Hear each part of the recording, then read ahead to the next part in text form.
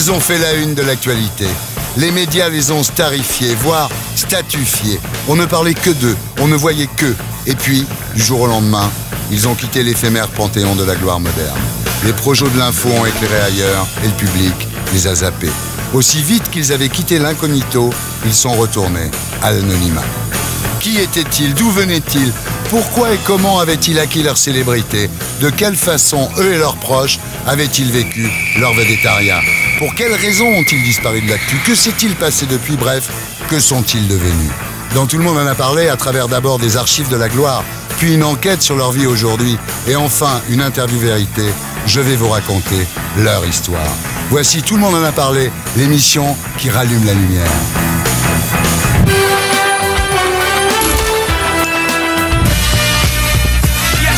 J'accueille Jean-Luc Lahaye. Femme, simplement je te dis que je t'aime, T'es comme un soleil qui brille dans mes nuits, et je prends racine en toi. Femme, je te dédie ces mots à toi, rien qu'à toi, et ils te diront comment du néant tu as fait un homme de moi.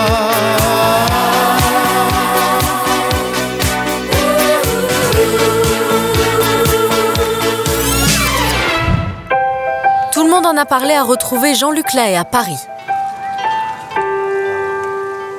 Sur la butte Montmartre, le papa chanteur nous présente celle qui a vraiment compté à ses débuts. C'est mon quartier, c'est mon village. Cette place a été renommée Place Dalida. Et moi qui ai vécu dans sa maison pendant quelques années, 5 ans, j'ai toujours une petite pensée pour elle dans ce métier.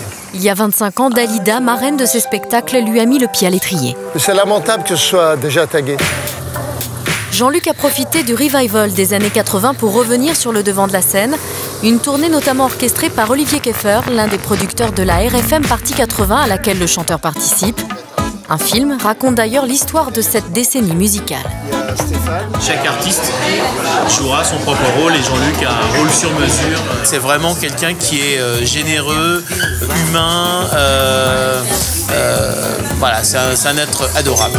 Direction Clichy, c'est ici, il y a 25 ans, que lui, l'enfant de la DAS, a inauguré avec François Mitterrand la première maison de sa fondation. Bienvenue à la maison des enfants de Clichy. Alors les enfants, leur boîte aux lettres, là, tous.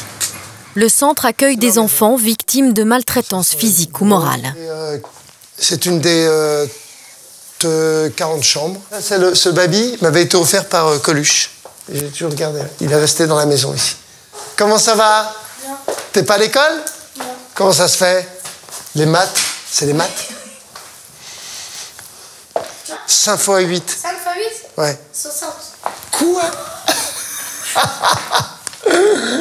Si tu dois privilégier quelque chose dans ta scolarité, à mon sens, c'est le français.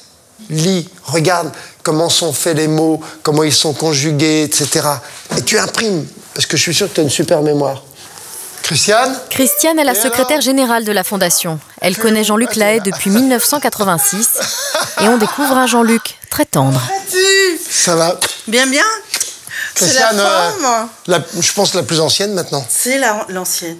J'allais dire c'est un bon gosse parce que on a toujours l'impression que c'est un grand gamin, quoi. En gros, il vieillit pas, et tant mieux. Bah, j'ai gardé mon âme d'enfant. Ouais, c'est ça. C'est pour ça que je dis c'est un grand gosse. Je joue au baby-foot avec eux et tout. Je me régale, je m'engueule même parfois. Ouais, non. L'autre fois, je me suis engueulé, ils avaient 12 ans. Je dis, putain, mais tu t'engueules avec des gamins. Ah là là, non, c'est passionnant. La première passion de Jean-Luc, c'est la moto. Entre deux rendez-vous, le chanteur fait une pause shopping dans un magasin spécialisé du quartier de la Bastille à Paris. Les fringues un peu sympas pour le motard, mais pas truc de motard, hein, un truc stylé quand même.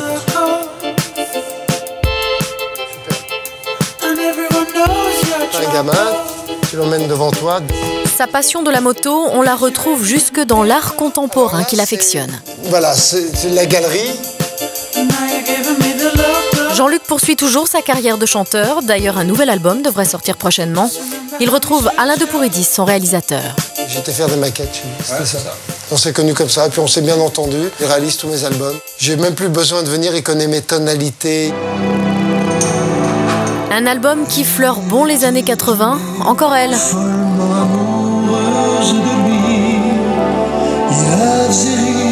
Il était beau, même trop gentil. La journée se termine par un cours de tennis. Je joue au tennis, moi je cours. C'est tout. Le tennis, pour moi, c'est un meilleur sport parce que, bon, le cardio, c'est pas mal, le déplacement, mais c'est surtout ludique. C'est rigolo. Jean-Luc Lahaye est un homme passionné qui met toutes les chances de son côté pour ne pas rater son comeback. Et maintenant, la lumière se rallume sur Jean-Luc Lahaye. Bonjour Thierry. Ça va? Bienvenue sur le plateau de Tout le monde a parlé. Alors, vous êtes né le 23 décembre 1958. Votre père, Robert, était manutentionnaire. Votre mère s'appelait, elle, Yvette. Ils vivaient tous les deux dans la pauvreté, ce qui fait que vous avez été confié très jeune à la DAS et vous naviguerez de foyer en famille d'accueil sous le matricule 65 RTP. Alors, un dimanche sur 3, votre mère vient vous voir et elle vous apporte systématiquement des œufs de Pâques. Oui. Quelle que soit la saison. Oui. Elle avait toujours dans son sac, une espèce de petit sac à commission, 1 ou 2 baguettes de pain et 2 litres de limonade. Voilà. On ne sait pas pourquoi. On ne sait pas pourquoi. Voilà. Alors, vous avez 7 ans quand elle vient vous récupérer. Elle veut à toute force vous faire porter un gros manteau en laine, alors qu'il fait 30 degrés à l'ombre, quoi. Oui. Encore une des phobies de ma mère à l'époque, entre autres. Ouais. Ce manteau m'a marqué, bien sûr. Ouais. Alors, à ce moment-là, vous réalisez que vous ne savez pas comment l'appeler, en fait. C'est très difficile pour vous de l'appeler maman quand elle vient vous chercher. Très difficile parce que, pour une raison qui s'explique très bien, que j'ai jamais appelé maman. Ouais. Je ne lui ai jamais dit maman. Et alors que mes copains de mauvais sort, je dirais, allaient parfois voir leurs parents, moi, je ne savais pas comment aborder le problème. Ouais. Alors, en fait, votre mère avait voulu se suicider à l'âge de 12 ans en se jetant du Pont-Neuf. Elle avait été sauvée par une bonne sœur qui avait plongé dans la Seine et qui l'avait emmenée dans un monastère dans le Périgord où elle avait été carrément irradiée par la religion. Elle était folle de religion. Elle distribuait des Bibles. Elle faisait s'agenouiller les gens dans le métro. Et elle vous répétait toute la journée que vous étiez le fils de Dieu. C'est vrai. D'ailleurs, elle m'a appelé Jean-Luc, comme Saint-Jean, Saint-Luc. Ah ouais. Et elle dépensait son petit salaire de fin de mois. Elle allait rue, dans le 17e, rue de Rome. Elle achetait l'équivalent de son salaire en Bible. Ah ouais. Et elle distribuait les Bibles le soir même dans le métro. Ouais. Parfois, je l'accompagnais. J'ai assisté à des scènes absolument incroyables. Ouais. Parfois, des gens extrêmement pieux s'agenouillaient parce qu'ils pensaient que c'était soit une folle, soit une sainte, je ne sais pas encore. Ouais. Et moi, je participais à cette comique-tragédie. Ouais. Elle était bien allumée, quoi. Mais enfin, le pire, c'est Achour, l'homme avec qui elle vit, alcoolique, méchant avec elle, méchant avec vous. Et vous le haïssez instantanément. J'ai eu des révélations, pas plus tard que la semaine dernière, d'une de mes sœurs, Pascal, qui m'a fait des confidences qui m'incitent à le haïr encore davantage malgré qu'il soit disparu. Des choses épouvantables, dont je ne parlerai pas aujourd'hui, mais absolument monstrueuses. Ouais. Alors, quand vous avez 12 ans, votre mère vous abandonne définitivement à l'autorité de la DAS. Là, ça recommence, la valse des familles d'accueil et des foyers miteux. Vous dites, je suis passé par 73 familles en 17 ans de vie. Absolument, Thierry. 73 familles, parfois j'en faisais 4 dans la semaine. J'arrivais, et d'ailleurs j'ai gardé ce réflexe, j'ai toujours une valise prête chez moi, c'est assez curieux. J'arrivais dans une famille, je la sentais pas, à l'instinct, je laissais ma valise fermée et je me tirais. Alors, votre seule consolation, c'est un transistor Optalix, orange et noir, planqué sous l'oreiller du dortoir, sur lequel vous écoutez Salut les copains, évidemment. Hein. Paul Naref. Paul Naref, bien sûr. C'était des idoles de l'époque, les chanteurs de l'époque. Vous avez fait une cover de Sous quelle étoile suis-je né? C'est exact, j'ai fait le cover, oui. En 97. On peut se demander, effectivement, sous quelle étoile vous êtes né. Alors, vous passez votre adolescence avec des petites frappes, vous volez une caisse et à 17 ans, vous vous retrouvez en tôle quand même. Je suis conduit devant un juge pour vol de voiture, Ouais. en bande organisée, et je suis immédiatement incarcéré. On se demande encore comment un juge peut prendre une décision aussi incroyable quand on est à la DAS, quand on a 17 ans, et que finalement on a emprunté plus que voler une voiture, parce qu'on l'empruntait la même tous les jours. Ouais. Et on mettait le même niveau d'essence, et on a la même orientation des roues dans le parking. Donc, donc en effet, je vais faire plusieurs mois à Fresnes, dans le quartier des mineurs. Ensuite, vous quittez l'assistance publique avec un CAP d'ajusteur, 200 francs en poche. Et là, vous débarquez seul à Paris. Alors, il y a un truc terrible, c'est quand vous dites « Je me faisais chauffer des haricots verts à même la boîte, je les bouffais avec un gant de toilette. » Oui. Bah oui, parce que je n'avais aucune notion de cuisine. Ouais. Et j'étais livré à moi-même. Et je ne savais pas du tout comment on faisait la bouffe. Et j'avais trouvé ce système extrêmement simple. Voilà, c'était très efficace. Je jetais la boîte dans la poubelle. Et voilà. On ne parlait plus de l'affaire. Alors, c'est l'époque du système D, des petits boulots. Il y en a un qui est marrant, c'est qu'un jour, vous êtes garde du corps et chauffeur de Roland Petit et Zizi Jeanmaire. Alors, vous n'avez pas le permis, quoi. Alors, je suis inscrit à l'auto-école, en effet, mais je n'ai pas le permis. Et vous plantez la caisse. Et Zizi Jeanmaire me portait une certaine affection, je veux dire. Roland Petit, beaucoup plus distancieux. Et hélas, un jour, un week-end, j'ai emprunté la voiture de Zizi sans l'autorisation, rue de Lille. Et je l'ai foutu dans un mur à Montmartre, par inadvertance. On devait être une petite demi-douzaine dans la voiture. Et elle m'en a pas voulu, Roland, beaucoup plus. Ouais. Et un jour, vous êtes serveur dans un bistrot, vous renversez une crème caramel sur la tête de Marcel Carnet, par exemple. Oui, ça faisait partie de mes nombreuses gaffes. Ouais. Lui, il l'a pas très bien, il n'a pas apprécié. Ouais. Et il a continué à venir à dîner dans ce restaurant, mais il disait à Gérard Pédron, qui est devenu mon futur producteur, il disait à Gérard, tu me fais servir par qui tu veux, mais pas par le gitan. Le gitan. Voilà, là, vous rencontrez Gérard Pédron, donc, qui dirige à l'époque le bistrot de Paris. Vous devenez barman chez lui. Il produit des 45 tours qui ne marchent pas très bien. Et un jour, donc en novembre 1981, vous êtes en moto, arrêté à un feu rouge, et vous interpellez Michael et Lana Sébastien, qui était auteur de nombreux tubes. C'est ça, il y avait la petite Austin, mini Austin, qui était à ma gauche. La passagère était ravissante. Ouais. Je n'ai pas pu faire autrement. Je commençais à la draguer de feu en feu, en feu, en feu. Arrivé au bout de la rue de Rivoli, à Place de la Concorde, elle n'en pouvait plus, la pauvre Lana. Et par extrême politesse, elle m'a dit, écoutez, vous avez intention de nous persécuter combien de temps? J'ai dit, jusqu'à ce que vous me donniez votre numéro. Elle m'a dit, bah, suivez-moi, on verra bien. Et elle m'a emmené rue Jean Goujon. Elle est sortie de la voiture, elle m'a dit, et là maintenant, qu'est-ce que tu veux faire maintenant? Et je lui ai dit, bah, je sais pas, ce que vous voulez. Et elle m'a dit, mais tu fais quoi dans la vie à propos? Je lui ai dit, bah, je suis chanteur. Bah, chanteur inconnu quand même. Et elle m'a dit, ah, ça m'intéresse, suis-nous. Et je suis rentré dans les bureaux de Carrère, rue Jean Goujon. Et là, qu'est-ce qui se passe alors? Alors, il se passe, c'est qu'elles me font chanter a cappella, toutes sortes de chansons que j'aime bien. Elles me demandent de revenir le lendemain. Le lendemain, elles me refont chanter a cappella d'autres chansons encore, etc. Ce cinéma dure une semaine jusqu'au jour où je viens avec un pote et il me dit en douce, elles se foutent de ta gueule. Ouais. Et au bout d'une semaine, elles avaient la certitude que je savais à peu près chanter. C'est ce qu'elles m'ont avoué plus tard. Et là, elles m'ont fait écouter Femme. Énorme. Vous en vendez 15 000 exemplaires par jour, jusqu'à 1,5 million de singles. C'est un gros succès, quand même. Oui, c'est mon premier gros succès. Ouais. C'est ma naissance. Ouais. Après, il y aura Décibel, Pleure pas, Papa Chanteur, qui a été numéro 1 pendant 30 semaines. C'est mon plus gros succès, Papa Chanteur. Qui avait fait la musique? La musique est de Cyril Assous. Le texte est de Luc de Thom et de moi-même. Il y a votre autobiographie, Sans famille, qui se vend 1 300 000 exemplaires. Enfin, c'est la gloire à ce moment-là.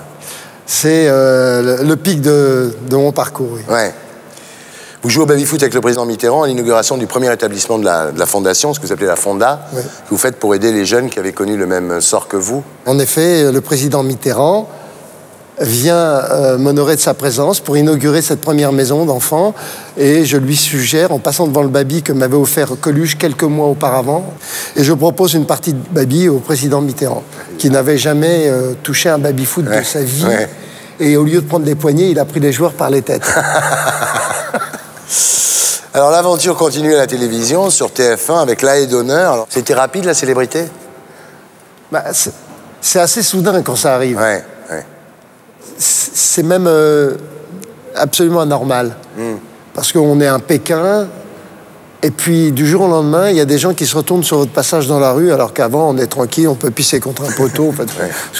Et d'un seul coup, les gens vous reconnaissent. Et même, je dois dire que ça change parfois le comportement de l'entourage, et même de l'entourage intime, des plus proches, qui vous regardent un peu différemment. Comme Alors justement, ils ont réagi comment? Gérard Pédron, par exemple, il a réagi comment? Ah ben Gérard Pédron, il s'est attribué ce succès pour lui-même parce que c'était un chanteur à vocation rentrée, Gérard. Ouais. Il est devenu restaurateur par dépit. Mais il était assez bon chanteur, mais avec une voix complètement cassée, impossible à passer dans les micros. Lorsque ce premier succès est survenu, il faisait le pan. Ouais. C'était un peu lui. Il vivait par procuration, quoi. Oui, mais j'en étais très heureux pour lui, aussi, parce qu'il m'avait fait confiance. Bien sûr. Et vos potes, comment ils ont réagi? Ah bah les potes, c'était la fête tous les jours. Ouais. Tous les jours, c'était champagne. Et votre mère, vous la voyiez encore à ce moment-là? Oui. Elle était venue me voir pour mon premier Olympia. Assis au 3 ou 4e rang, à côté de la directrice des programmes d'RTL. Je me souviens toute ma vie. Elle était avec son cabas, ses litres de limonade, et elle s'était fait un sandwich, ça comme. Et pendant que je chantais, elle mangeait le sandwich. Elle mettait des miettes partout. Avec les médias, comment ça s'est passé?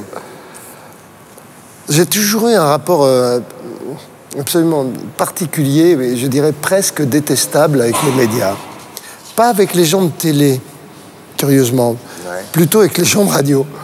Je me demande d'ailleurs aujourd'hui comment j'ai fait pour vendre 10 millions de disques. Je passais jamais en radio. Papa Chanteur, par exemple, pour ne citer que cette chanson, il s'en est vendu un peu plus de 2 millions d'exemplaires, 50 000 par jour. Je passais pas en radio. Et un jour, une certaine radio, pour ne pas la nommer Énergie, a appelé mon producteur. J'avais passé le million depuis largement longtemps et se sont affolés de ne pas avoir les singles. Et c'est dû à quoi? Je sais pas. J'ai aucune explication rationnelle. Vous avez gagné de l'argent à cette époque, non? J'ai gagné de l'argent, mais... Vous l'avez dépensé? Je l'ai dépensé, bien sûr, au fur et à mesure.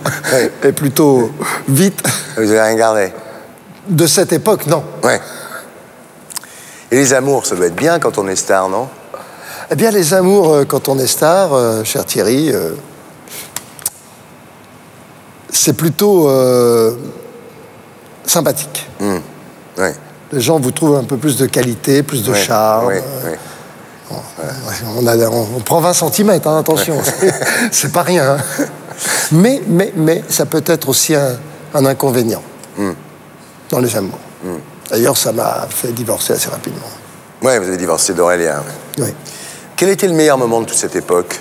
C'est quand je suis assis à une terrasse de café en fin août 82 et que Gérard Pédron m'appelle et me dit, écoute, t'as passé le million de disques avec ta chanson, tout le métier t'attend à Paris, ta maison de disques donne un grand dîner, Johnny sera à ta table.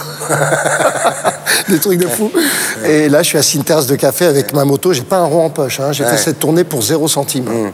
Parce que je l'ai signé 6 mois avant que ça marche, et je payais même mes bons d'essence. Donc là, c'est un moment extraordinaire. Et le pire moment? Il y en a eu très nombreux. Dans la rubrique judiciaire, je dirais, mais qui a apparenté au métier, il y en a eu. Ma boîte de nuit, le 287, m'a apporté l'enfer et le paradis, mais beaucoup l'enfer. Alors voilà, après, TF1 arrête l'émission au bout de 18 mois, en juin 88. Pourquoi? Eh bien, c'est une histoire un peu folle. TF1 met fin à mon contrat alors que Francis Bouygues m'a envoyé son jet pour la 3e fois en Vendée, où j'avais ma résidence, pour venir signer ma 2e saison. Ce que je finis par faire. Et je lance de nouveaux décors. Et avant même la première émission de la nouvelle saison, c'était en direct, quelques 8 jours avant, je reçois un courrier, un avertissement de Dominique Cancien que Patrick Lelay allait m'appeler, me convoquer à Montparnasse pour quelque chose d'absolument grave, qu'il fallait que je vienne avec mon avocat. Et là? Eh bien, je me rends au rendez-vous, à la convocation, le lendemain. très rapidement. Et Patrick Lelay me reproche d'avoir fait une interview dans Professeur Choron, un magazine. Ouais. Où, visiblement, il y avait eu un montage de faits sur la couverture, où je tenais une femme assez impotente, avec un casque Bouygues. Ici, c'était marqué « Essuyez vos pieds sur le paillasson », enfin des conneries dans tous les genres. Choron, du Choron. Et ça n'avait pas été apprécié par Francis Bouygues. Et j'ai été viré instantanément. Mais immédiatement. Sans même pouvoir me justifier. Oui, sans... En plus, c'était Choron, c'était pas le Figaro, quoi. Et puis, c'était une interview qui se lèverait sur mon parcours artistique, et pas sur TF1. Puis il y a Sabatier qui revenait aussi. Alors, Sabatier avait fait un petit mailing intéressant du magazine dans tous les bureaux de TF1. Ah, d'accord. Pas mal. Et là, plus personne vous appelle, du jour au lendemain, à part Drucker. En effet, Michel Drucker, qui a la gentillesse et l'élégance de m'appeler pour me demander si je vais bien. Et ce rendez-vous qu'il m'a donné pour me remonter le moral au drugstore, un certain 24 décembre, eh bien, m'a redonné un peu de confiance en moi et de croyance en ce métier. Bon, après, évidemment, il y a des moments plus difficiles. Il y a le divorce d'abord avec Aurélie, puis la mesquinerie des divorces, quoi. Ouais. Un jour, on m'avait dit que le divorce se termine. Si on veut le terminer bien, très bien, il faut vite donner rendez-vous devant les guichets de la banque. Oui. Puis après, Gérard meurt, Gérard Pédron. Oui, Gérard disparaît en 95. Oui. Voilà. Et vous déclarez, j'étais tombé amoureux de la gloire qui n'est qu'une prostituée. Pas mal. C'est dans une de mes chansons. Aujourd'hui, vous êtes nostalgique de cette époque? Ah non, mais j'ai pas de nostalgie. Oh là là. Et si c'était à refaire, qu'est-ce que vous ne referiez pas pareil? Il y a certaines chansons que je n'enregistrerai pas. J'ai cédé à la pression soit des maisons de disques pour une raison commerciale et j'ai sacrifié parfois, j'ai enregistré des chansons que je ne chante d'ailleurs plus du tout en concert, que depuis même l'époque, carrément. Pas que je les ai bannies, je les ai juste oubliées, ces chansons. Et peut-être que mon parcours aurait été un peu différent. Le jour où vous allez mourir, qu'est-ce que vous voulez qu'on marque sur votre tombe? À bientôt. Chouette. Merci Jean-Luc. Merci. Très heureux de rallumer la lumière sur vous. Merci. Merci.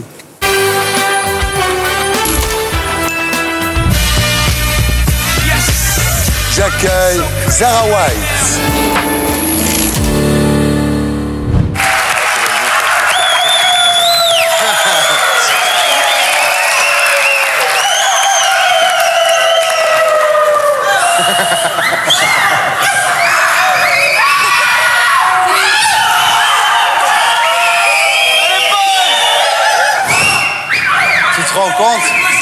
Tu te rends compte de l'effet que tu leur fais? C'est moi sur les vêtements. C'est les deux. Les vêtements, il n'y en a pas beaucoup, hein. Donc comme il n'y a pas beaucoup de vêtements, je pense que c'est plutôt toi. Ah merci quand même. Ouais. Tu régulier les tatouages cachés? Non, j'ai pas de tatouage. T'as rien de... T'as juste ce petit truc là. C'est très joli. C'est très joli. C'est à moitié vraiment. Ouais non, c'est bien. C'est pas un faux, c'est un vrai. Non, c'est un vrai. C'est sûr. Tu veux toucher? Non. Là, si je commence à toucher, on n'en finira pas. C'est dans la très chic banlieue parisienne de Rambouillet que tout le monde en a parlé à retrouver Zara White. Bienvenue chez moi. L'ancienne actrice porno nous emmène directement dans une chambre, celle de ses enfants, qui fait également office de bureau. Et voilà mon petit bureau. C'est d'ici que Zara anime ses 4 blogs. Il y en a un qui s'appelle La vie de Phoenix, où je parle des SDF. Il y en a un qui est plus personnel, mais qui parle toujours de végétarisme, des animaux, des trucs drôles, de politique, tout ce qui me passe par la tête. Il y en a un autre qui s'appelle Arrêtez de montrer toujours les mêmes, dans lequel je déclare que dans les médias, côté politique, on voit toujours les mêmes têtes. Quand elle quitte son écran, Zara aime prendre l'air en compagnie de son chien Shiva, direction le parc voisin. Ici, presque incognito, elle se fait appeler Esther Spencer et a choisi de vivre près de la nature. Quand tu es sur Paris et tu as la vie, le métro, le bus et le stress de la ville et les gens qui te font la gueule et tout ça. Et tu arrives ici, tu vois ça, mais t'es bien, quoi. Mais c'est à Paris qu'Esther est attendue cet après-midi. Avant le départ, dernier conseil d'une mère à son fils adoré.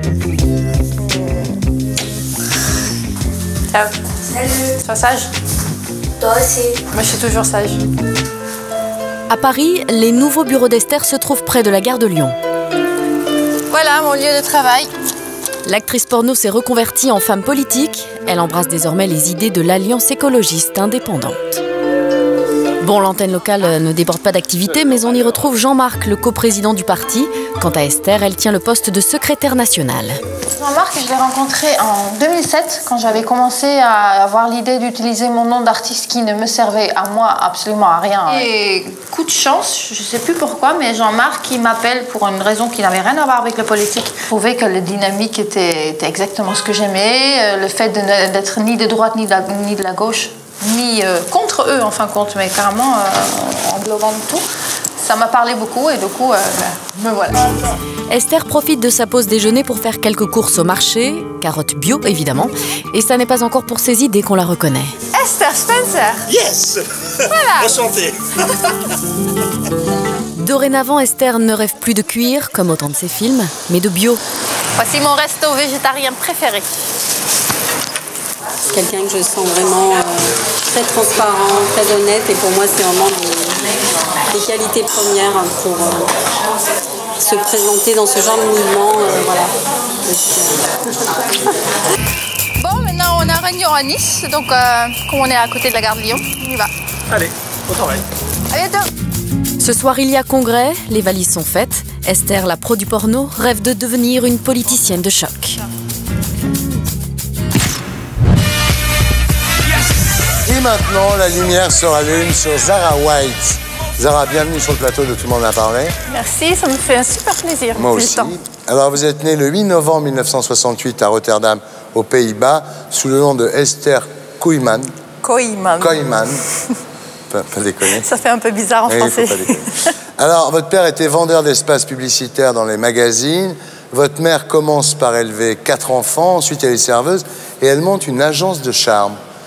Vous dites, il faut comprendre que dans mon pays, le sexe est un business comme un autre. Oui. Ben, en fait, en Hollande, du travail des sexes, on trouve même dans les agences intérim. C'est un travail, quoi. Alors, dans les années 70, vous êtes une petite fille qui rêve de strass et de paillettes. Vous vous imaginez sur grand écran en Technicolor. C'est vrai que la vie autour de vous est assez grise, j'imagine, à Rotterdam. Bah oui, j'habitais dans un petit village, un petit monde, voilà, quoi, ouais. Alors, vous faites vos débuts dans le show business en 1980. Il y a une pièce qui est montée à l'école et vous avez le premier rôle, donc c'est le début, finalement. Oui, ouais. C'était quoi, cette pièce? J'étais une guide qui amenait les enfants visiter la France, donc il y avait des chansons en français, tandis qu'on ne comprenait pas un mot. Hein. Ouais. Et à un moment, j'ai joué le rôle de Madame de Pompadour. Ah. Et voilà, ouais, c'était ça. Déjà une prédestination. Alors, vous êtes paralysé par le trac, mais vous faites face, hein, vous jouez la pièce, quoi, déjà extrêmement volontariste. En 1982, c'est le drame. Votre père perd son job et le foyer est déstabilisé. Qu'est-ce qui se passe à ce moment-là? Quand il perd son job, bien sûr, il n'y a plus d'argent. Donc, quand il n'y a plus d'argent, la maison, elle est vendue par la banque, je pense. J'étais tellement petite que moi, je ne me suis pas rendu compte. Hein, je l'ai su qu'après. Donc ensuite, il y a toutes les gens du village qui viennent visiter la maison, ouvrir les tiroirs. Donc on est vite allé vivre dans un autre village où on a trouvé une autre maison et on a reconstruit à nouveau. Ouais. Alors en 1987, vous quittez l'école et la maison. Vous tentez de vivre en couple avec un amoureux. Mais en fait, ça ne se passe pas bien. Vous préférez être indépendante, quoi. Oui, le mec est un peu zarbi aussi. Hein. Il n'y avait pas vraiment de l'amour. Il avait pas. Il m'humiliait tout le temps.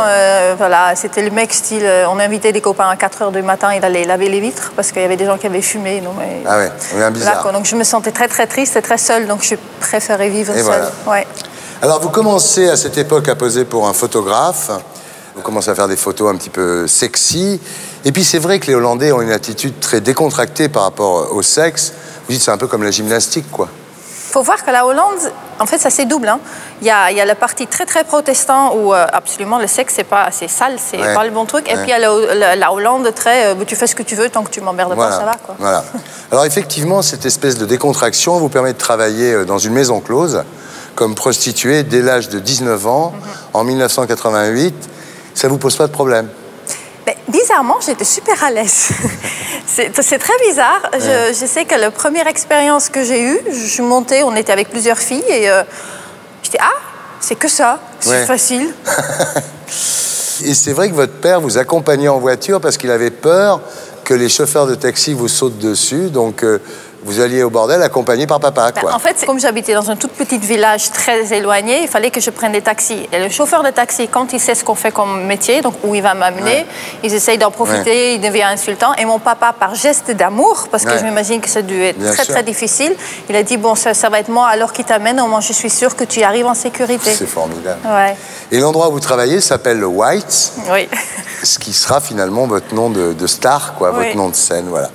Alors, en 1989, vous déménagez en Italie, vous devenez la maîtresse d'un conte italien. Oui. Et alors, il était comment ce conte? Oui, Zarbi aussi. Ah oui, vous tombez toujours sur des Zarbi au final? Oui, je sais pas, je les attire. En fait, je devais faire des photos. Je faisais un spectacle pour la télé à Milan. Vous étiez potiche pour la télé, en fait? Ouais, c'était un peu la potiche, quoi, voilà. Et ensuite, on avait 2 semaines de tournage et 2 semaines de libre. Donc, tant qu'à profiter, travailler pendant les 2 semaines de libre. Donc, on m'a envoyé à Rome pour faire des photos. Et ça se passait dans le château de ce comte-là. Et que, bien sûr, quelqu'un qui est gentil, qui me fait un gros sourire, ben, moi, je tombe amoureuse, quoi. Donc, je suis restée chez le comte pendant un moment. Et voilà.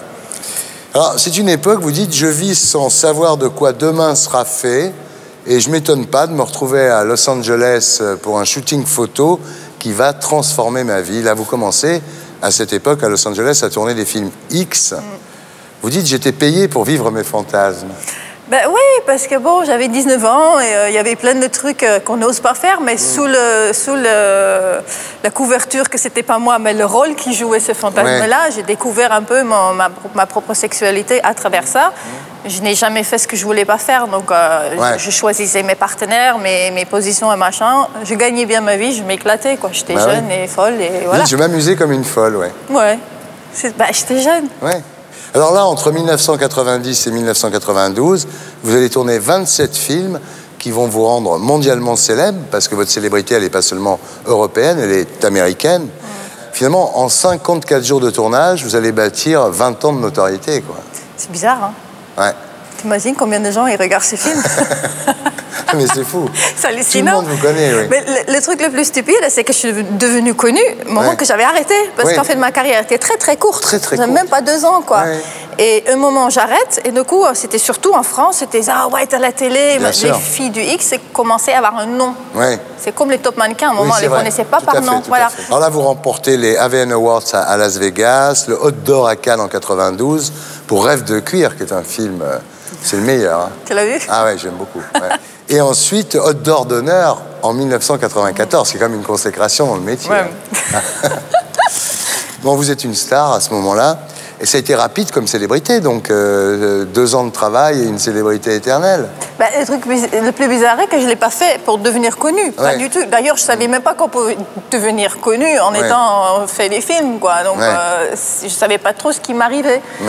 Ce qui fait aussi que je n'en suis pas devenue riche du tout, parce que comme j'étais devenue connue qu'après, et les plateaux télé et tout ça, ça ne paye pas. Donc je vivais vraiment avec un minimum syndical, mais j'étais contente, quoi, je m'amusais. Quelles ont été les réactions de votre entourage, vos parents par exemple, quand vous avez commencé à être célèbre? Au départ, quand je commençais à faire des films, je disais à Hollywood, je faisais des films... On ne pense pas tout de suite à ce genre de film-là, mais mes parents me connaissant, ils savent que, en tout cas, je fais ce que je veux, donc voilà. Donc je les ai fait venir aux États-Unis pour voir ce que j'ai fait et que c'était un milieu qui n'est pas comme le milieu de maintenant, mais à cette époque-là, c'était assez bien, quoi. Et ils ont accepté, voilà. Je crois que mes sœurs, pendant un petit moment, ils l'ont mal vécu parce qu'elles étaient encore à l'école. Et j'ai toujours évité un peu faire des émissions de télé en Hollande. Mais bon, quelquefois, je suis quand même passée, ce qui fait qu'à l'école, pour elles, ça a été un peu dur. Mais ensuite, je sais bien. Et vos amis, comment ils ont réagi? Ce sont mes amis, donc mes amis, même comme je suis. Et voilà. Voilà. Avec les médias, comment ça s'est passé? Parce que vous avez été quand même l'une des actrices les plus médiatisées des années 90-2000. Les relations avec les médias, c'était bien. Les gens m'invitaient et comme moi, ça m'amuse de passer devant une caméra. Voilà, je m'éclatais. Ça ne m'a pas apporté du travail ou autre chose. Ça m'a apporté une notoriété qui, en fin de compte, ne me servait pas vraiment, quoi. Mais ça m'amusait. Voilà. Vous n'avez jamais eu de problème avec les médias?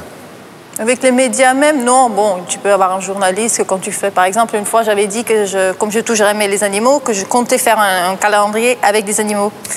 Et donc, le journaliste a écrit que j'allais faire un truc zoophile, quoi. Donc, effectivement, il y a des cons partout, mais bon, faut faire avec. C'est pas si grave. Sur le plan financier, vous touchiez 1 250 $ de cachet pour tourner les films. Et après, les producteurs se sont fait de l'argent pendant des années avec ça. Ils en font toujours, d'ailleurs. Ouais. Ouais. Moi, non. Ouais. Non, non, non. Question amour, vous avez rencontré l'amour à cette époque? Tu sais, souvent, on se dit c'est l'amour et puis après, ça se finit. Et oui, j'ai tombé amoureux, j'ai eu quelques relations de longtemps quand même. Donc oui, bien sûr. C'est pas l'amour comme je le connais maintenant, mais bien sûr, oui. En fait, il faudra attendre 1999 pour que vous vous mariez. Vous n'avez jamais eu envie avant? C'était contre le mariage, en fait. J'aimais pas trop les contrats. Oui. Et apparemment, l'âge était assez mûr pour que, oui, je voulais. Et comme je voulais aussi des enfants, auparavant, je voulais jamais pas non plus. Je pense que oui, là, j'étais venue pour to settle down. Comment tu dis ça? S'installer. Merci, c'est ça. Et votre mari, le fait que vous ayez été une actrice porno, ça le dérangeait pas? Non. Non, non, non. Ce qui est assez drôle, c'est qu'à cette époque, mon mari travaillait dans le basket. Et était préparateur physique de PSG à l'époque. Et quand je venais voir les matchs, dans les vestiaires, c'était « Oh, t'as vu Zahra White, Zahra White !» Et je sortais déjà avec lui, mais il ne disait rien. Donc il s'éclatait dans les vestiaires. Mais sinon, non, non, non, ça l'a pas gêné. Il me met moi pour qui je suis, quoi. Vous avez fait 2 enfants avec lui? Ça vous a fait du bien? Ah, ça change une vie. Franchement, ça m'a calmé, ça m'a apaisé, ça m'a donné... Ça m'a beaucoup fait réfléchir. Oui. Vous avez l'air cool. Quel a été le meilleur moment de toute cette époque, Zahra? Tu sais ce que j'aimais bien, moi, c'était quand je voyageais beaucoup et que je voyais des endroits que d'habitude je n'aurais peut-être pas vus et que je pouvais inviter ou ma maman ou mon papa à venir partager ces moments avec moi. Ça, j'ai adoré ça. C'est génial. Et le pire moment, c'était quoi? Je pense que le pire moment, c'est la drogue. Vous avez pris de la cocaïne? Beaucoup? Par période, oui. Mais quand on était dedans, oui, après, on n'arrête pas après une ligne, quoi. On s'en prend juste une ce soir, oui, c'est ça. Et puis après, on est parti, quoi. Moi, comme je ne bois pas l'alcool avec, voilà, quoi. Ça a duré combien de temps, cette époque? Il y a des périodes où je faisais énormément, donc ça pouvait être tous les jours. Et puis, il y a des périodes où il y avait des grandes pauses, qui d'ailleurs me faisaient beaucoup de bien. Et j'ai mis un bon bout de temps et c'est un grand combat pour l'arrêter parce qu'on en rêve toujours et si on appelle notre dealer avec un téléphone jaune, dès qu'on voit le téléphone jaune, on pense à cocaïne. Dès qu'on rentre en telle personne, avec lui je l'ai fait et l'envie il revient. Donc ça a été un long combat. Il y a encore des nuits où j'en rêve. Je ne le ferai plus, mais... Et vous aviez l'argent pour acheter ça?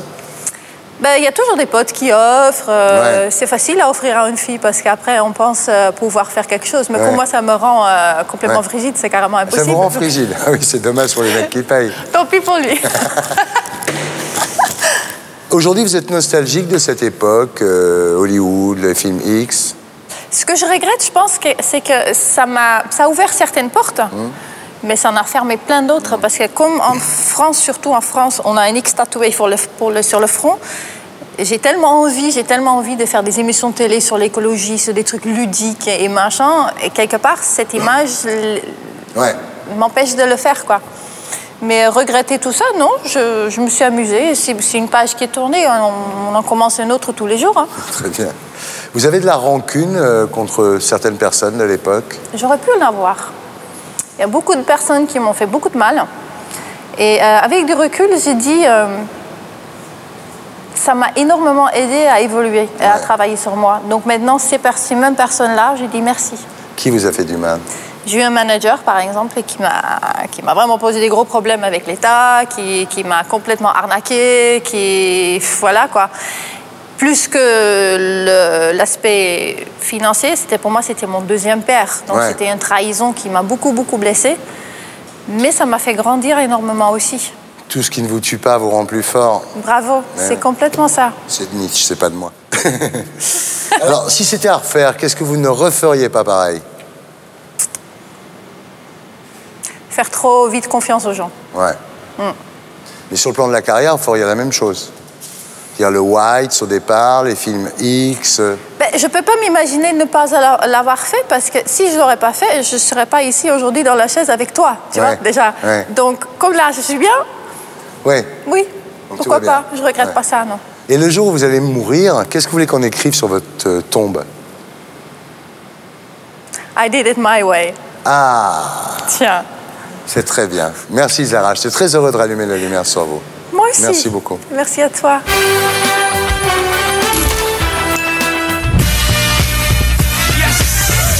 J'accueille Alain Krivine.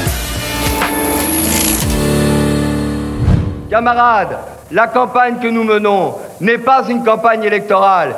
Il s'agit d'une campagne essentiellement militante où nous utilisons toutes les possibilités pendant un mois de la légalité bourgeoise pour dénoncer cette légalité devant les travailleurs.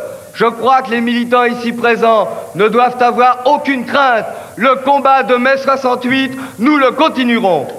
C'est la lutte finale pour qu'on joue les demain.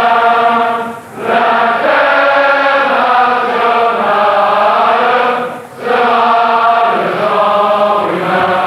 Le pouvoir aux travailleurs, le pouvoir aux travailleurs. Tout le monde en a parlé à retrouver Alain Krivine en banlieue parisienne. J'habite là, à Saint-Denis. Je suis un vieux dionysien, comme on dit. Ça doit faire une trentaine d'années que j'habite à Saint-Denis. Le fondateur de la Ligue communiste révolutionnaire continue de mener une vie politique active. Et comme une seconde nature, certaines habitudes n'ont pas été perdues. Quasiment tous les dimanches matins, quand je suis dans la région parisienne, des fois je suis en province ou à l'étranger, avec mon comité du NPA, je participe à la vente, aux distributions de tracts. On est là 1 heure. C'est assez curieux parce qu'il y a une vie politique à Saint-Denis où tout le monde se connaît. Donc il y a les vendeurs d'humanité qui sont juste à côté, c'est des vieux potes. À côté, il y a les anards, il y a lutte ouvrière, il y a tout le monde, quoi. C'est une répartition un petit peu de cette rue assez commerçante qui est en fait une rue qui est très proche du marché. Saint-Denis, banlieue nord, son marché et ses coutumes. Où à la fois il y a tous les marchands, plus les marchands à la sauvette. Bon, et quand les flics arrivent, là, tout le monde fout le camp. À un carrefour stratégique, Alain Krivine retrouve ses amis du NPA, le nouveau parti anticapitaliste dont il n'est plus qu'un simple membre. Alain Krivine, c'est plus régulier à la vente le dimanche. Voilà. Alain Krivine, militant de la base, en toute simplicité. Vous voulez regarder? Regardez, oui. Ah, un Inde, il faut l'acheter. Regardez là. Ça, c'est la police qui va les arrêter. Et puis après, ils vont revenir. Et qui dit militant, dit parti, dit réunion. La vie de famille, les petits-enfants, mais aussi, je veux dire, c'est pas contradictoire du tout avec le militantisme, c'est même indispensable. Bonne fête avec nous. On va boire un pot, là, avec ceux qui veulent. Et pour la buvette, direction le bureau NPA de Saint-Denis. C'est le local de Saint-Denis du NPA, du nouveau parti anticapitaliste. Donc on est près du centre. C'est un petit local qui était une ancienne librairie qu'on va d'ailleurs peut-être transformer pour pouvoir l'ouvrir au public avec un petit bar, une petite librairie. Mais les assemblées générales, on les fait à la Bourse du Travail parce que là c'est trop petit. Ce week-end est pour le moins particulier puisque c'est la fête de l'UMA à la Courneuve. Et forcément, avec Alain Krivine, on y va. C'est un peu drôle parce que pendant des années, bien sûr, quand il y avait la période stalinienne, comme on dit, où le PC ne pouvait pas nous tolérer, c'était des rapports qui n'étaient pas très politiques, mais plutôt physiques. On n'avait pas de stand, c'est le moins qu'on puisse dire. Puis après, ça a changé. Il y a une douzaine d'années, on a commencé à être accepté. Et puis après, c'est devenu normal, c'est-à-dire on loue comme tout le monde le stand. Maintenant, ça fait environ 8 ans. Concerts, vendeurs de journaux, majorettes, l'ambiance populaire de la fête de l'UMA est au rendez-vous. La manifestation fait encore le plein et le stand du NPA trône en bonne place quand tout à coup c'est l'émeute.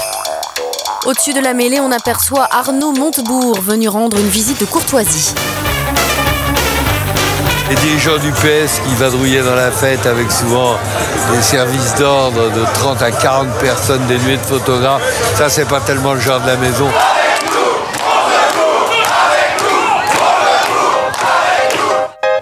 Et les militants du NPA ne tarissent pas d'éloges à l'endroit d'Alain Krivine. Alain Krivine, c'est un homme très sympathique et très généreux. C'est quelqu'un de très humain, voilà. C'est quelqu'un qui n'a pas... je pense qu'il est resté le même depuis 30 ou 40 ans, qui dit ce qu'il dit. Voilà, je ne sais pas comment dire, c'est un inamovible. Un inamovible qui fait toujours figure de maître à penser dans la politique d'extrême gauche.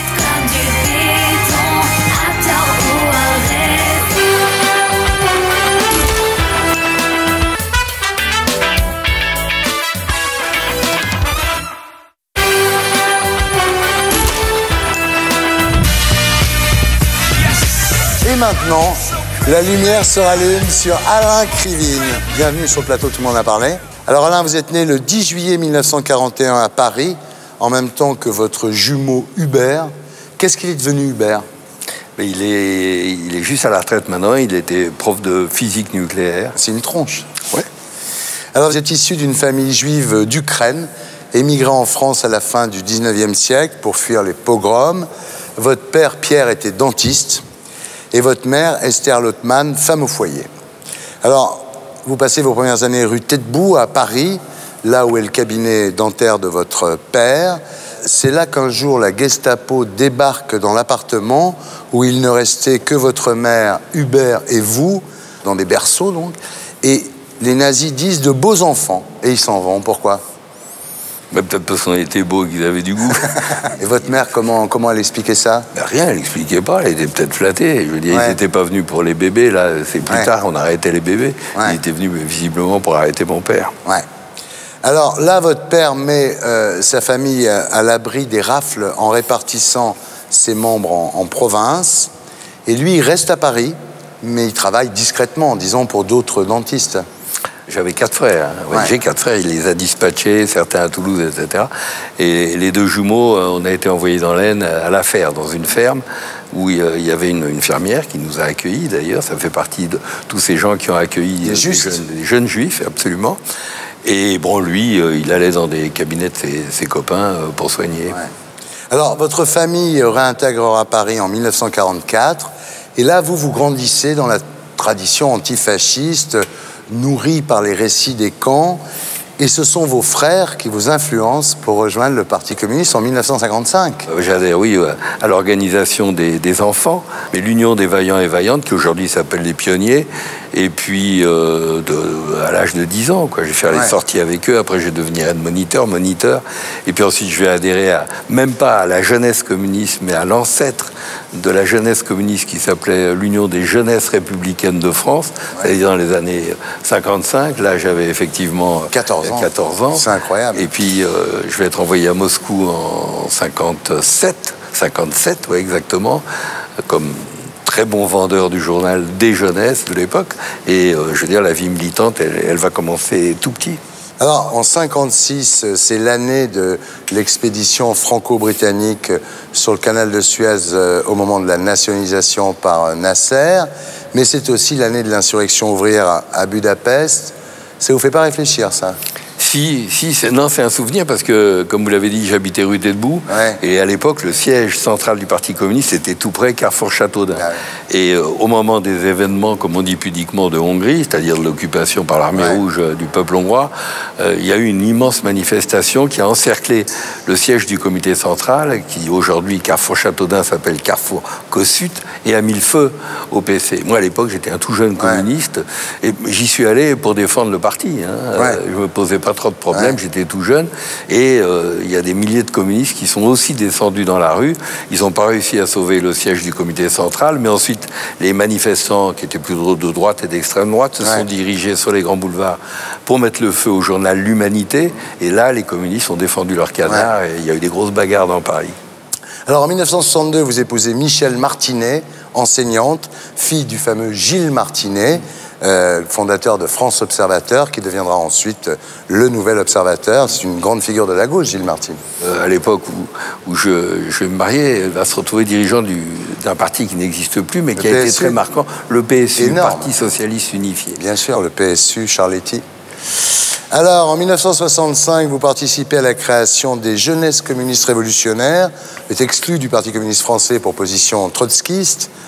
C'est un déchirement pour vous, parce que c'est un petit peu comme si vous étiez exclu de votre propre famille.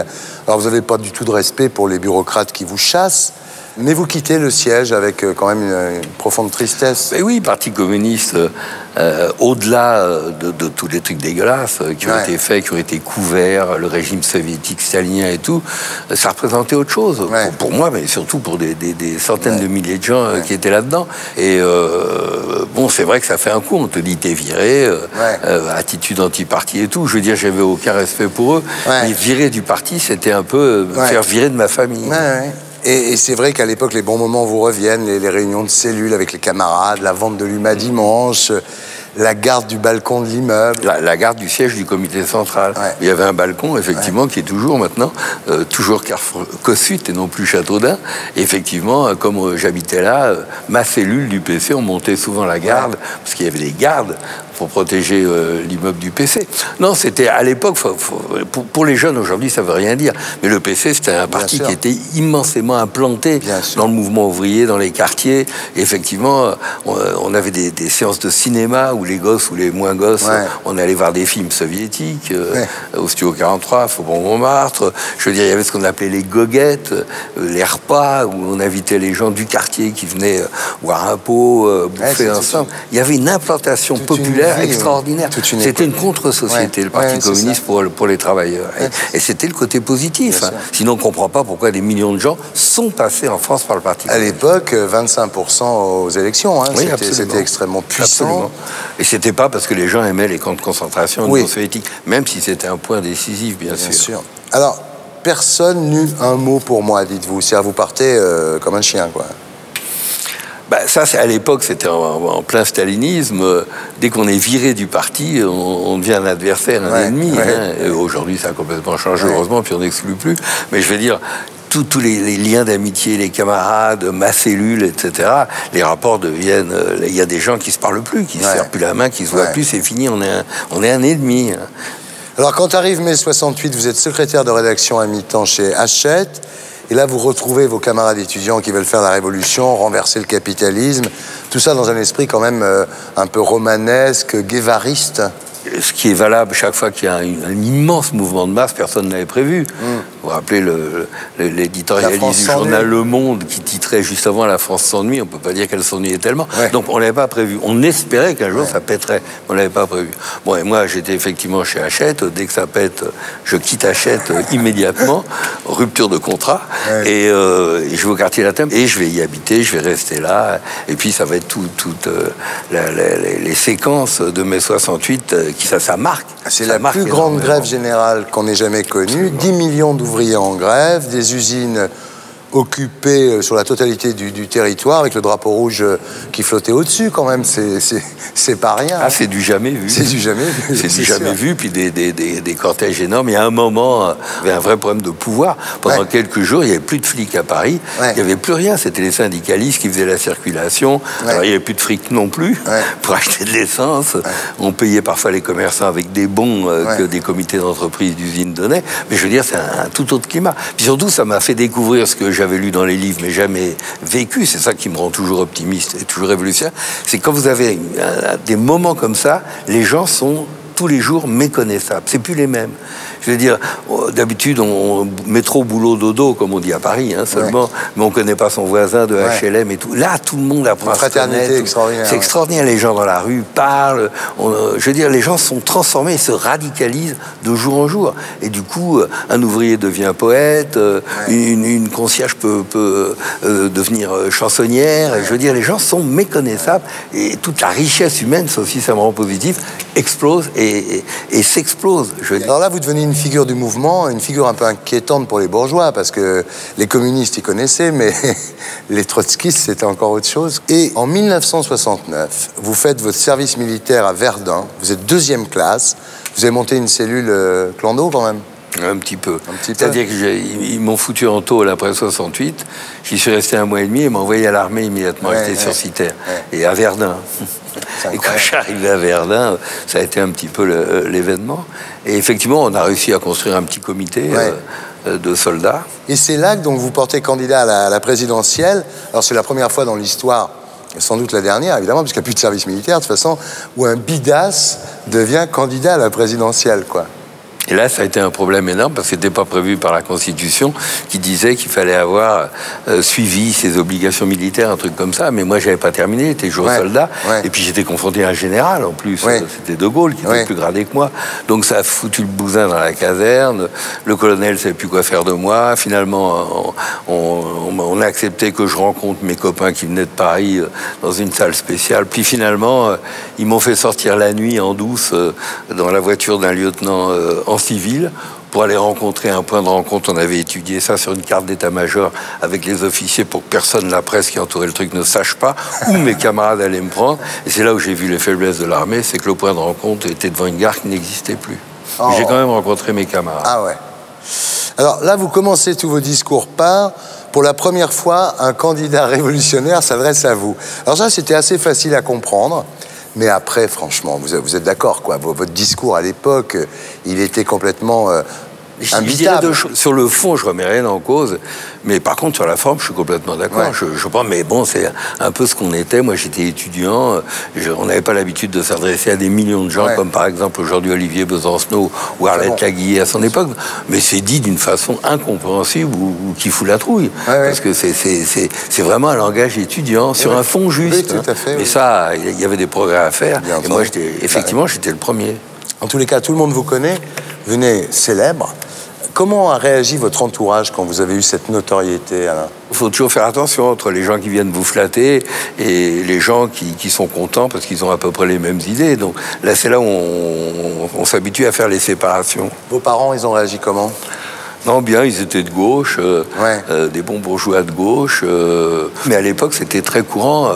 Souvent, ils votaient communistes parce qu'ils disaient il n'y a pas de danger qu'ils prennent le pouvoir. Et quand on était de gauche, on votait communiste. Ça ne donnait pas l'impression de voter révolutionnaire. Et vos frères? Ah bah oui, ils étaient au PC. Enfin, bon, ils étaient au PC. Il y en a qui avaient rompu, qui avaient rencontré le trotskisme aussi. Donc ma famille était divisée. Il y avait des repas de famille entre communistes, trotskistes, etc. Et puis des parents qui arbitraient. Mais non, bah, plutôt comme c'est des militants, indépendamment du courant de gauche dans lequel on était, ils étaient contents, quoi. Et vos rapports avec les médias à l'époque, c'était comment? À l'époque, ça ne jouait pas le même rôle qu'aujourd'hui. Bon, 68, par exemple, c'est les radios. Tout le monde écoutait la radio, mais la télé... Le retour de De Gaulle, c'était au transistor. Les transistors, bien. Alors, la télé, en plus, les émissions télé officielles, moi, je n'étais pas du tout préparé, je n'avais pas de manager ni rien. Très franchement, ça m'a toujours foutu la trouille. En plus, c'était pas comme aujourd'hui, les émissions électorales où on peut aller se balader dans la rue, aller voir les gens. Bon, les émissions officielles, derrière une table, 3 prises, boum, passe. Et puis, bon, le petit mec devait s'adresser devant des millions de gens. C'était la première fois que ça m'arrivait, toujours peur de dire une connerie. Moi, ça m'a traumatisé la télé. Alors, je ne remets pas du tout en cause la télé, mais c'est parce que quand on n'a pas l'habitude, surtout à l'époque, c'était le début, c'était absolument traumatisant pour moi. Et la presse, ça s'est passé comment? La presse, c'était plus facile. La presse et la radio, parce qu'on avait un peu plus l'habitude. Sur le plan amoureux, votre célébrité vous a apporté des conquêtes, Alain? Non, j'en sais rien. Il y a peut-être, je disais tout à l'heure qu'il y a d'autres types de public. Il y a peut-être un public qui est intéressé par ça, mais comme moi je fais partie de ce public, ça m'a jamais intéressé. Quel a été le meilleur moment de cette époque? Non, c'est mai 68. Après, il y a eu d'autres événements. On a été dissous une deuxième fois en 73. Mais je veux dire, mai 68, c'est un truc qui marque. Alors, le drame, c'est qu'aujourd'hui, moi, je vois, il y a des parents, des grands-parents, peut-être maintenant pas des arrière-grands-parents, qui emmerdent leurs mômes, même s'ils sont de droite aujourd'hui, en disant 68. Ça a tellement marqué. C'est comme le Front populaire pour nos parents. Ça a été d'ailleurs la connerie de Sarkozy d'attaquer 68. Bien sûr. On n'attaque pas un truc qui fait partie du patrimoine. Les gens, c'est des souvenirs qu'on ne peut pas lâcher. Bien entendu. Et du coup, alors chacun l'interprète à sa façon maintenant. Et ça, pour moi, ça restera même dans le détail, les souvenirs les plus importants. Et le pire moment de l'époque? On a eu tellement d'espoir, même si nous, on ne pensait pas que c'était une révolution. On ne savait pas où ça allait, mais on savait où ça n'allait pas. Bon. Mais ça a quand même été l'échec. Vous faites 1,36%. Non, j'ai pas été élu. Non, il vous manquait quand même quelques voix. Alors ensuite, évidemment, il y a d'autres aventures. Il y a le Journal Rouge, qui était quand même quelque chose d'important, d'un amateurisme total. C'est marrant parce que c'est le seul journal qui est sorti avec une page imprimée à l'envers. Oui, absolument. Il fallait la regarder dans un miroir pour la lire, et la plaque avait été imprimée à l'envers. Ça, c'est original. Hein. Il n'y a aucun canard. Non. Alors ensuite, vous serez candidat en 74, là vous ferez moins, vous ferez 0,36. Ah oui, encore moins élu, là. Encore moins élu. Non. En 80, vous n'arrivez pas à obtenir les 500 signatures, donc vous n'êtes même pas dans la course. Oui. Et puis ensuite, 88, 95, vous n'êtes pas candidat. Et à partir de 2002, vous passez la main à Olivier Besancenot, qui s'est plutôt bien débrouillé d'ailleurs. C'est normal que je me retire, y compris du bureau politique de la LCR. Olivier est devenu candidat, un excellent candidat. Et Julien, on le connaissait, on a fait un pari aussi, parce que entre être un très bon dirigeant dans les luttes et passer en plus très bien à la télé, c'était pas évident, fallait le tester. Donc bon, c'est Olivier. Et puis, à la même époque, mais ça, la presse l'a jamais dit, je voudrais dire, les 20 camarades, en gros, la vingtaine, qui avaient créé la LCR, ont quitté la direction aussi. Hein. Ça a été place à ceux qui avaient 30 ans, 35 ans. C'est le seul parti politique qui fait ça, parce que les autres, on se les tape pendant 40 ans. Puis après, on continue. Aujourd'hui, vous êtes nostalgique de 68, évidemment. Oui, mais nostalgique, justement pas comme les vieux combattants qui ne foutent plus rien. Moi, au contraire, c'est qu'est-ce qui a marché, qu'est-ce qui n'a pas marché, qu'est-ce qu'il faut corriger pour arriver à 68 qui réussissent, en gros, dans d'autres conditions. Vous croyez qu'un jour? Oui, absolument. Oui, parce que, je veux dire une seule chose, c'est terrible de dire ça, la crise économique terrible qu'on subit, d'un certain point de vue, elle nous aide. Aujourd'hui, il n'y a plus personne qui défend le capitalisme. C'est-à-dire que peut-être que le capitalisme va s'écrouler tout seul, sans que vous y soyez pour grand-chose. Voilà, mais alors, le problème, c'est que il s'avère qu'il ne s'écroule jamais tout seul, il faut l'achever. Mais d'un autre côté, comme tout a échoué, comme alternative, c'est aussi plus dur. Et y compris parce que mai 68 a échoué. Et les gens normaux vous disent, on a essayé une grève générale en 68, ça a échoué. 81 des élections générales, la gauche, ça n'a pas été fameux, qu'est-ce qui reste? Et là, il faut lutter contre ça pour offrir autre chose. Alors, si c'était à refaire, Alain, qu'est-ce que vous ne referiez pas pareil? On l'a pas dit tout à l'heure, moi j'ai été vraiment stalinien. Aujourd'hui, ça n'a plus tellement de sens. Et j'ai fait partie de ceux qui ont acheté un cadeau. Comme des crétins, on allait acheter des cadeaux pour Staline dans le monde entier. Et j'étais au comité central Carrefour-Châteaudun à porter mon cadeau, je ne sais même plus ce que c'était pour Staline. Non, mais c'est d'avoir été stalinien, ça c'est dément, je veux dire. Bon, quand on voit aujourd'hui la caricature, la dictature... Quand vous avez lu Solzhenitsyn, que la réalité des goulags est apparue... Oui, mais moi j'avais lu avant, parce que comme j'avais adhéré au trotskisme, sans remettre en cause... Vous aviez lu David Rousset? Oui, David Rousset. J'avais lu Trotsky aussi, qui remettait quand même pas mal en cause la bureaucratie stalinienne, le Staline, cette caricature atroce, qui fait que quand on dit socialisme, encore aujourd'hui, mais les gens, je comprends, ils disent si c'est l'URSS, on ne veut pas. Le jour où vous allez mourir, qu'est-ce que vous voulez qu'on écrive sur votre tombe? Il faut écrire, je vais apparaître comme un vieux schnock, mais pas du tout. Ce n'est qu'un début, continuons le combat. Très bien, c'est une très bonne épitaphe. Merci Alain, je suis très heureux de rallumer la lumière sur vous. Merci.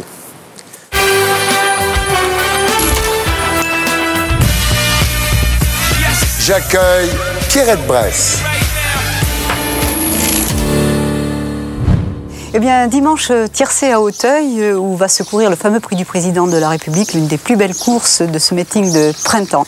Il s'agit d'une épreuve à handicap qui se dispute sur le steeplechase sur 4700 mètres. Le terrain devait être normalement plus léger, dirons-nous plus lourd, même puisqu'il a plu ces derniers temps. Et puis, brusquement, le terrain s'est un peu plus raffermi. Alors, j'en ai tenu compte dans le pronostic que je vous propose maintenant. 4, 3, 9, 12, 6, 5, 2 et 10. Je crois qu'il est d'accord, hein? Tout le monde en a parlé à retrouver Pierrette Bresse au 14e étage d'un immeuble de Courbevoie en banlieue parisienne. Alors ici, vous êtes dans mon appartement parisien.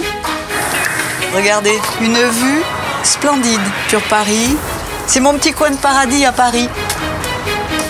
Aujourd'hui, l'ancienne journaliste hippique est attendue dans son second chez elle, dans le sud de la France. Elle est la présidente fondatrice de l'association La Licorne, qui vient en aide aux autistes de tous âges. Quand j'arrive ici à Boulouris, première de choses, je viens voir le bateau. Pierrette a en effet troqué les selles des chevaux pour le cuir des bateaux. Je revis quand j'arrive ici, moi. C'est ici ma maison. Et le rutilant esquif porte le nom de son association. Normalement, on rentre pas à bord avec une paire de chaussures, hein, mais là, je marche sur la pointe des pieds. C'est beau, hein? C'est magnifique. On est arrivé pile poil pour le coucher du soleil. C'est superbe. Et la journée se termine sur la terrasse du pied-à-terre varois de Pierrette. Ça, c'est vraiment un petit paradis sur Terre. Hein. Nous la retrouverons le lendemain matin. Elle a rendez-vous avec un groupe de jeunes autistes qu'elle emmène naviguer sur la Méditerranée. Et voilà. En attendant l'arrivée de ses protégés, Pierrette, la capitaine, prépare son bateau pour l'excursion. On arrive au bateau. Alors... Là ? Oui, c'est là. Voilà. Oui, c'est bien. Et c'est parti pour la balade. Voilà. Ben, on va aller faire une petite promenade du côté du Dramont et dans la baie d'Aguet. Il faut vous tenir parce que je vais déjauger là. Aujourd'hui, c'est son bateau que Pierrette dirige comme une reine. Qu'est-ce qui veut piloter? Stéphane, tu veux piloter un peu? Et à tour de rôle, on fait piloter les jeunes. Et ça leur plaît beaucoup parce que le lendemain, quand ils ont une réunion avec tout le personnel, le médecin et tout ça, ils en parlent énormément. L'espèce de tour qui est sur le petit rocher, là-bas, la presqu'île, c'est l'île d'Or, mais en fait, on l'appelle l'île Noire parce que Hergé s'en est inspiré pour dessiner le livre de Tintin, l'île Noire. Et tu aimes bien piloter, Patricia? Super.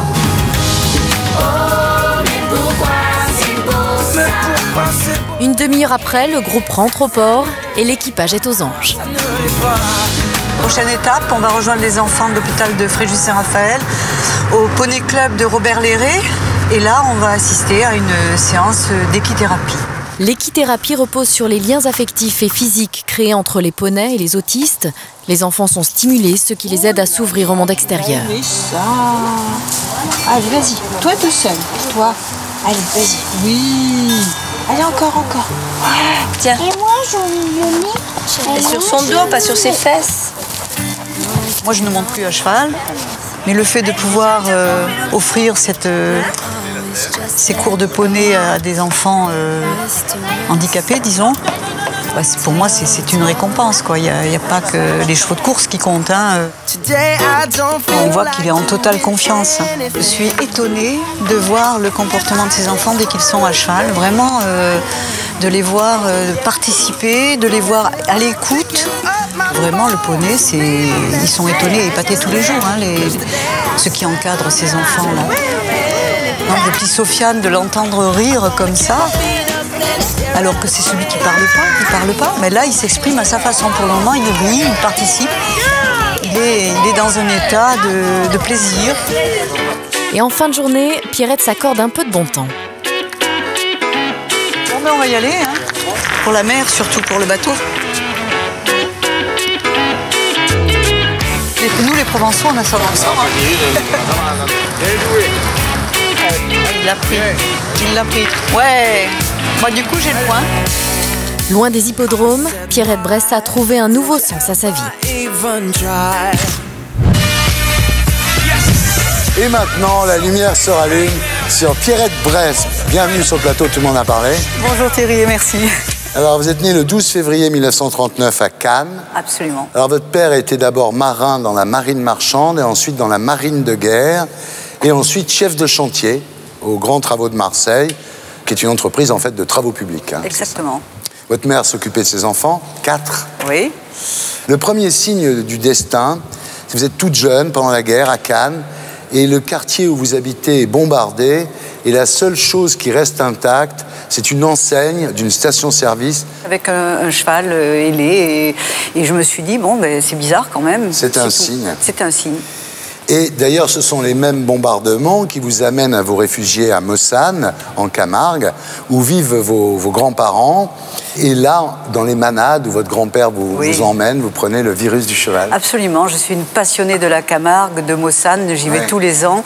Et mon grand-père était un passionné de taureaux, de courses de taureaux camarguaises, hein, pas tellement la corrida. Et on allait visiter les manades de chevaux et de taureaux. Et moi, j'étais fascinée par ça, bien sûr. Alors, le manque d'argent de vos parents vous oblige à arrêter vos études très tôt. Vous êtes mise en apprentissage dans un salon de coiffure à Mulhouse. Votre père, à l'époque, travaille là-bas à la construction d'un barrage sur le Rhin. Il a fait Fessenheim, Haute-Marsheim. Ah oui. Et là, vous êtes shampouineuse à 16 ans. Eh oui. Et je détestais les cheveux, je détestais faire des shampoings, mais mon père ne m'a pas demandé mon avis. Il m'a dit, tu seras shampouineuse parce qu'on a besoin d'avoir une paye supplémentaire à la maison. Voilà, c'est aussi simple que ça. Voilà.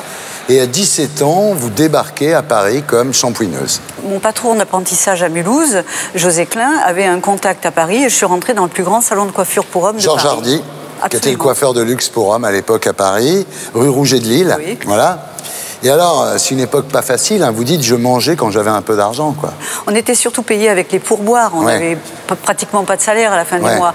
Quand je faisais des pourboires le matin, ben, je pouvais aller m'acheter un sandwich. Et puis quand j'en faisais pas, je serrais la ceinture. Dure époque. Mais c'était la bohème. Moi, j'aimais bien ça. D'ailleurs, je me suis mariée très tôt et mon mari n'avait pas non plus d'argent. Il était au service militaire. Et je me souviens que souvent, la nuit, quand on n'avait rien à manger, on se levait et à 3-4 heures du matin, on allait piquer des bouteilles que les laitiers laissaient devant les crèmeries. Oui, d'accord. Alors, dans ce salon de coiffure, il y a un client qui s'appelle Robert Forger, qui est un propriétaire de chevaux, qui se prend d'amitié pour vous et qui vous offre des séances d'équitation dans ses écuries. Donc, voilà. Tout en le coiffant, je lisais Paris Turf au-dessus de son épaule. Et un jour, je me suis lancée. Je dis, écoutez, moi, j'aimerais vraiment apprendre à monter à cheval. Il m'a dit, c'est pas un problème. Je vais en parler à mon entraîneur, qui s'appelait René Souchet, à Maison Lafitte.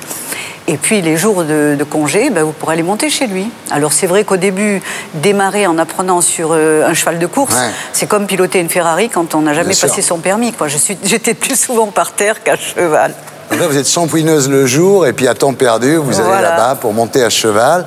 Vous obtenez votre licence de cavalière et vous commencez à faire des courses amateurs à l'époque. Voilà, on était très peu de cavalières, on était à peu près 200.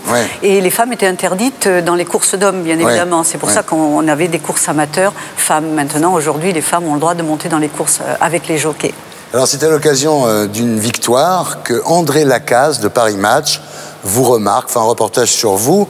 Et c'est lui qui vous parlera du journal Week-end, qui est en train de se monter.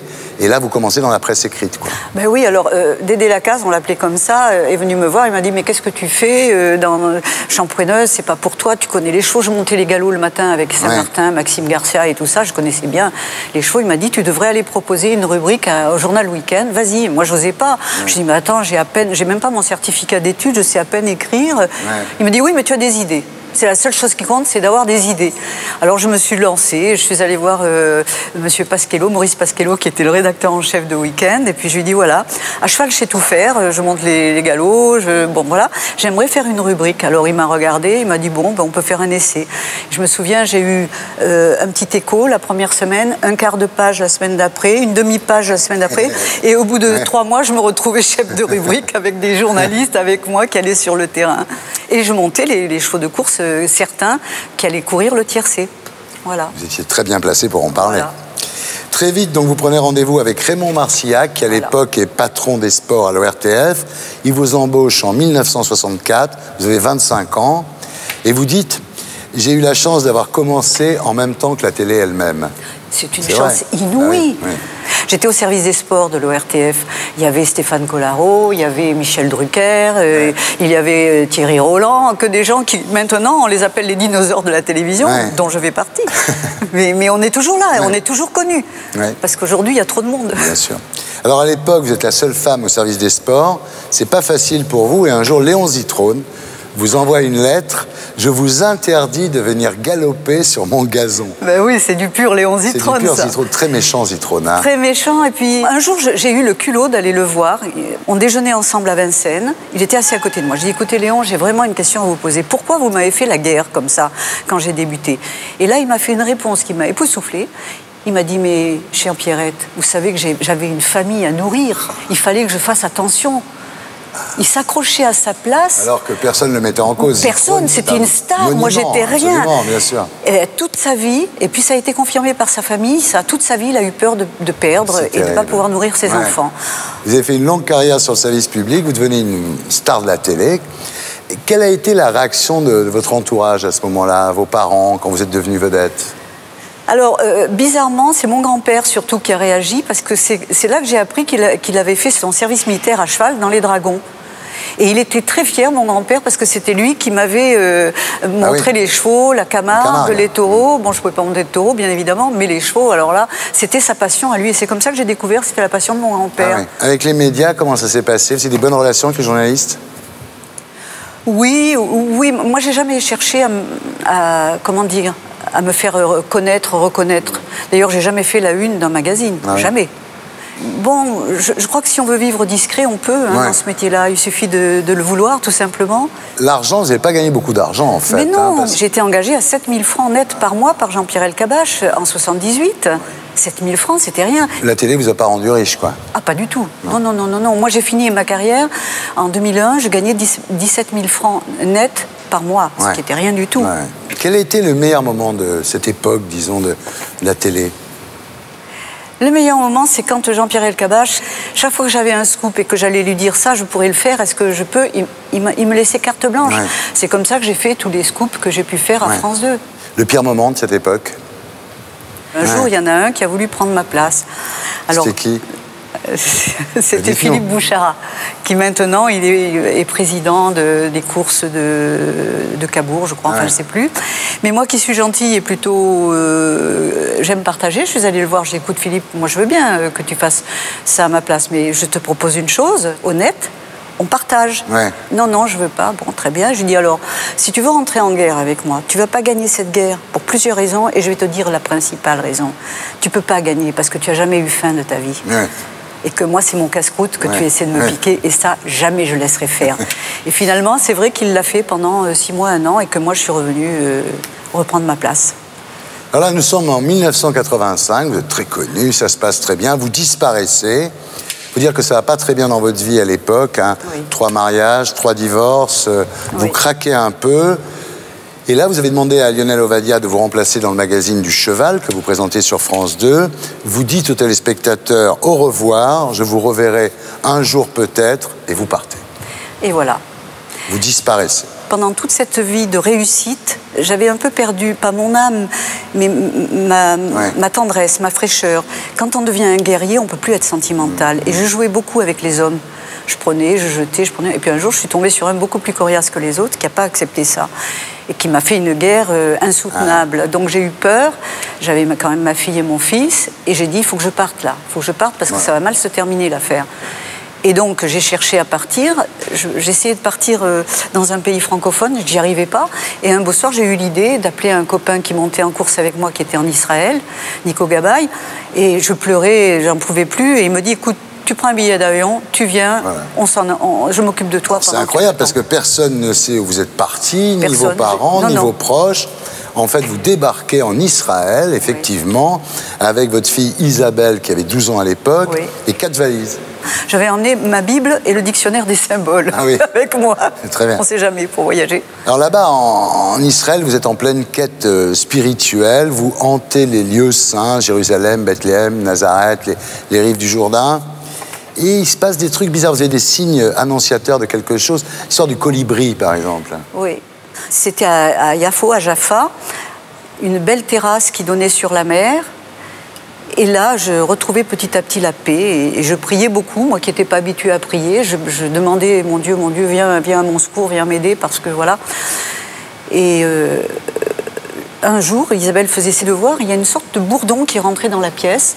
Et elle a eu peur, elle me dit, maman, regarde, ça va me piquer. J'ai dit non, je regarde, et c'était un colibri. Et j'ai dit non, c'est un oiseau-mouche. On l'appelle le suceur de miel en Israël. Et j'ai dit non, c'est un petit oiseau, il va rester là, puis il va repartir. Puis il restait là. Alors je dis à Isabelle, à l'heure du coucher, je dis on va se coucher, on va laisser toutes les fenêtres ouvertes, et puis il va repartir. Au petit matin, il a volté 2-3 fois, il a fait cuicui, et il est parti. Et moi, le lendemain, j'ai regardé mon dictionnaire des symboles, parce que ça m'intriguait, et puis j'avais tous les sens éveillés à cette époque-là. Et puis j'ai vu que le colibri était un messager de Dieu. Voilà. Donc là, je me suis dit, il va m'arriver quelque chose. Et ça vous est arrivé. Une nuit, Jésus-Christ est devant vous. Absolument. J'ai pas peur de le dire. Je fume pas, je bois pas, je suis tout à fait saine. Et une nuit, j'ai été réveillée brusquement par une présence. Donc je me suis assise sur le lit. Il était devant moi. Vous dites la lumière sortait de lui. Oui, c'était une lumière de toutes les couleurs, des particules de lumière comme on voit sur la rosée, vous savez, de toutes les couleurs, qui émanaient comme ça de lui, qui le rendaient radieux, vraiment. Et moi, je ne savais pas, mais j'ai tout de suite compris que c'était Jésus, tout de suite. Et il m'a parlé avec 3 langages, par télépathie, un langage avec les regards et un langage avec le sourire.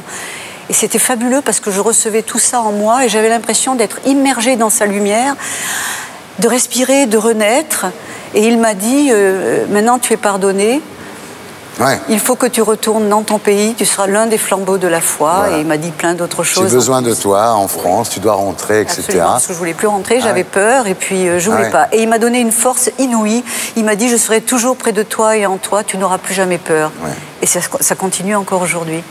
C'est incroyable cette histoire. Oui. Et vous dites, depuis, je me sens imprégné d'un amour universel et même vis-à-vis des hommes.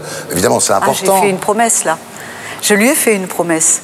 Je lui ai dit que plus jamais je ne ferai souffrir un homme. Plus jamais, quitte à me sacrifier moi-même, plus jamais je ne ferai de mal à un homme. Et j'ai tenu promesse. Oui, et puis ça relativise l'amour des hommes, l'amour. Oui, j'ai mieux Dieu. compris pourquoi. Bien sûr. J'ai mieux compris pourquoi j'avais cette agressivité, parce que bon, mon père n'avait pas toujours été à la hauteur en tant que père. Mais vous savez, à cette époque-là, les pères ne s'intéressaient pas vraiment aux enfants. Il n'y avait pas trop de tendresse. Moi, j'ai aucun souvenir de mon père me prenant sur ses genoux, me faisant un bisou, un câlin. Jamais. Alors, au retour, vous retrouvez votre job. Eh oui. Et alors, pendant toute cette année qui a suivi cette apparition, je me disais, mais c'est pas normal d'être dans cet état-là. J'étais dans un état second. Une espèce de joie extrême. Une joie, mais incroyable. Ouais. J'ai jamais ressenti depuis une joie, un bonheur aussi intense. J'étais comme sur un petit nuage.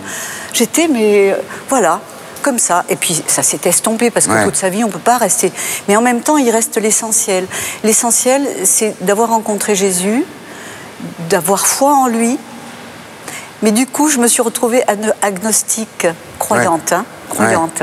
C'est-à-dire que je suis en perpétuelle recherche de Dieu. Ouais. Alors ensuite, grâce à votre connexion équine, vous obtiendrez une interview de Kadhafi. Eh oui. C'est énorme. Ça, c'est énorme. Et vous dites, j'avais l'impression d'avoir un drogué en face de moi. Il avait un regard qui me troublait parce qu'il avait les yeux qui lui sortaient de la tête, le regard fixe comme ça. Il me regardait fixement, il avait les yeux tout noirs et il avait l'air d'avoir un temps de réflexion avant de répondre à mes questions. Il avait l'air un peu, je sais pas, comme endormi ou comme bizarre. Moi, il m'a fait une impression très très bizarre.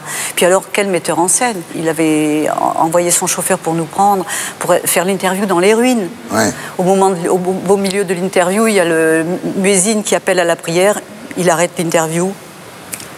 Il claque des doigts, on vient lui mettre un tapis par terre avec une boussole grosse comme ça. Ce qui me fait rigoler et qui me fait rire encore, c'est qu'il nous a reçus dans une... Il faisait chaud, hein.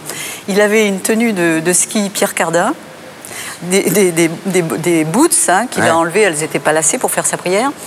Et dans la chambre, avec un liron, derrière le liron, un poster avec un chameau qui traverse le désert avec un coucher de soleil énorme. Il était vraiment drogué. Hein. Ah ben je sais pas, mais c'est bizarre. Et la salle de bain, que du linge Pierre Cardin.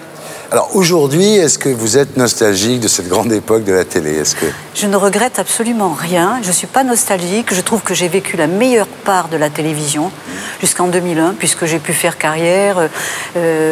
Ça m'a tout apporté, cette notoriété. Non, je suis contente d'en être partie. Ah bon? En 2001, on a bu le champagne après mon dernier plateau. Un grand ouf de soulagement. Non, ça devenait plus possible, quoi. Un tiercé tous les jours. Tous les jours, vous racontez à peu près la même chose. Oui, et puis 30 secondes. Pour s'exprimer, c'est pas le bout du monde. Vous êtes rancunière, il y a des gens à qui vous en voulez, Pierrette? Oh non, j'ai appris le pardon. Et si c'était à refaire, qu'est-ce que vous ne referiez pas pareil? J'ai toujours eu l'impression d'avoir eu plusieurs vies, d'être revenu plusieurs fois sur cette terre. Et dans cette vie, finalement, on m'a tout apporté. J'ai eu un parcours d'obstacles très difficile, mais chaque fois un obstacle m'apportait une solution à mes problèmes. Et en fait, la seule chose qu'on me demandait, c'était de foncer, de tenir ma ligne, d'avoir des œillères et de ne pas regarder ce qui pouvait me gêner et d'aller droit au but. Et c'est ce que j'ai toujours fait. Le jour où vous allez mourir, qu'est-ce que vous voulez qu'on marque sur votre tombe? J'aurais envie de dire, enfin j'ai retrouvé la lumière, je retrouve Jésus. Et maintenant, laissez-moi tranquille, je n'ai plus du tout envie de revenir sur cette terre. Priez pour moi. C'est la dernière fois qu'on vous voit sur Terre, en fait. Oui, et à la télévision, peut-être. Merci, j'étais très heureux de rallumer la lumière sur vous. Merci, Pierre. Moi aussi, Thierry. C'était Tout le monde en a parlé, amis du parking, bonsoir.